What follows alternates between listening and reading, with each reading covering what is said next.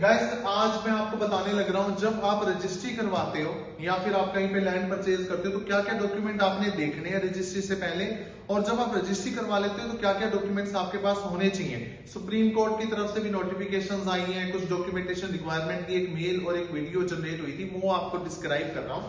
जब भी आप रजिस्ट्री करवा रहे हो किसी भी लैंड की तो आपने क्या क्या डॉक्यूमेंट उस लैंड का देखना है, लैंड ओनर का। स्टेप 1 पे आपने देखना है उस ओनर के नाम पे रजिस्ट्री है या नहीं है। रजिस्ट्री के साथ आपने उसका इंतकाल और उसकी फर्द ये चेक करनी है। ये 3 डॉक्यूमेंट आपने चेक करने हैं। तीनों पे आप जिससे परचेज कर रहे हो उस बंदे का नाम है या नहीं है। अगर क्या पता उसने लोन ले रखा है तो लोन की आपने एनओसी, कैंसिलेशन एनओसी, वो भी आपने चेक करनी है। भाई लोन अगर उसने लिया था वो लोन उसने डिलीवर करके एनओसी लेके उसको क्लोज कर दिया या नहीं कर दिया।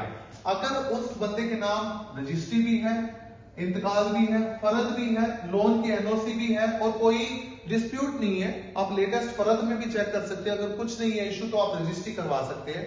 तो आपको रजिस्ट्री के टाइम पे ये डॉक्यूमेंट्स आपको रिक्वायर्ड रहेंगे, आपने देखना है। जब आपकी रजिस्ट्री हो जाती है, ओनर से आपके नाम पे हो जाती है, तो उसको बोल देते हैं सेल डीड, जिसको हम नॉर्मल लैंग्वेज में रजिस्ट्री बोलते हैं। सेल डीड होने का मतलब ये नहीं है आप उसके मालिकाना हक आपके पास है, आप उसको सेल डीड के बाद आपने क्या करना है, सेम जैसे उसने किया था आप इंतकाल के लिए अप्लाई करेंगे। इंतकाल चढ़ने के बाद उसको म्यूटेशन होने के लिए, उसको अप्रूव होने के लिए तहसीलदार साहब से थोड़ा सा टाइम लगता है, 10 से 15 दिन का टाइम लगता है। ये इंतकाल जब मंजूर हो जाता है उसके बाद इसको बोल देते हैं ऑनलाइन फर्द। आपका नाम फर्द के अंदर चढ़ जाता है, ऑनलाइन फर्द के अंदर। इंतकाल मंजूर होते ही फर्द में चढ़ जाता है, मींस अब इधर से आपका नाम इधर ट्रांसफर हो चुका है। सेल डीड के साथ आपने कुछ एक डॉक्यूमेंट्स और भी लेने हैं। पेमेंट स्लिप्स आपको चाहिए, ठीक है जी। पेमेंट स्लिप्स के साथ में आपको अलॉटमेंट लेटर भी चाहिए। भाई आपका इस बिल्डर में, इस प्रोजेक्ट के अंदर ये अलॉटमेंट लेटर है, इस रेट पे हमारा फाइनल हुआ है, ये इस प्लॉट का साइज है, ये इस प्लॉट की डायमेंशन है, ये इस प्लॉट का नंबर है, ये इस प्लॉट की पोजीशन है, ईस्ट फेस है, नॉर्थ फेस है, वेस्ट फेस है। तो ये सारा कुछ इस अलॉटमेंट लेटर के अंदर होता है। पेमेंट स्लिप्स, आपकी पेमेंट स्लिप्स वो रहेंगी, अगर आपकी लोन है तो लोन की पेमेंट स्लिप्स रहेंगी, व्हाइट में आपने ट्रांजैक्शन की है, आरटीजीएस किया है, गूगल पे किया है, तो उसकी जितनी भी स्लिप्स आएंगी आपको वो सारी कैरी करनी है। सेल डीड के साथ इंतकाल, फर्द, पेमेंट स्लिप, अलॉटमेंट लेटर जब आप ये दे देंगे तो लास्ट में आपको मिलता है जी possession letter. Let's step POCESSION, possession letter. ये होता है ऑफर ऑफ पोजेशन।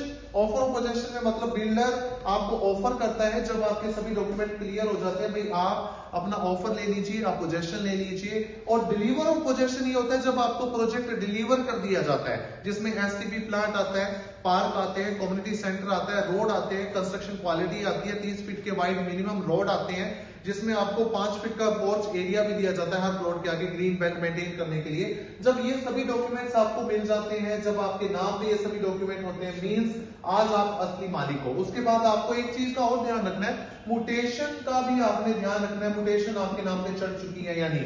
कुछ ऐसे प्रोजेक्ट होते हैं जो अनअप्रूव्ड होते हैं, उसमें आपको म्यूटेशन चढ़वानी पड़ती है। उसके लिए आपको जो ये एमसी से अप्रूवल के साथ में नक्शा पास भी करवाना पड़ता है।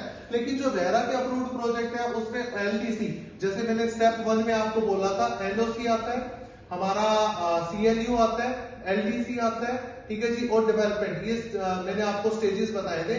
तो जब रेरा के प्रोजेक्ट होंगे तो इनमें सारी चीजें हो जाती है। और जो रेरा आपको मिलता है जब आपके पास कम से कम 12 से 15 एनओसीज आ जाती हैं फॉरेस्ट लैंड से। भाई फॉरेस्ट का एरिया तो नहीं है, कोई जंगलात की जगह तो नहीं है, कोई नहरी विभाग तो नहीं है, कोई नाला तो नहीं यहाँ से जा रहा, या कोई यहाँ पे आर्मी का एरिया तो नहीं है, यहाँ पे पोल्यूशन का बोर्ड का सर्टिफिकेट आपके पास है, बिजली बोर्ड का सर्टिफिकेट आपके पास है। ऐसे बहुत सारे अप्रूवल्स, बहुत सारी एनओसी जब आप सबमिट करते हो रेरा डिपार्टमेंट को, तो आपको रेरा अप्रूवल या रेरा नंबर मिलता है।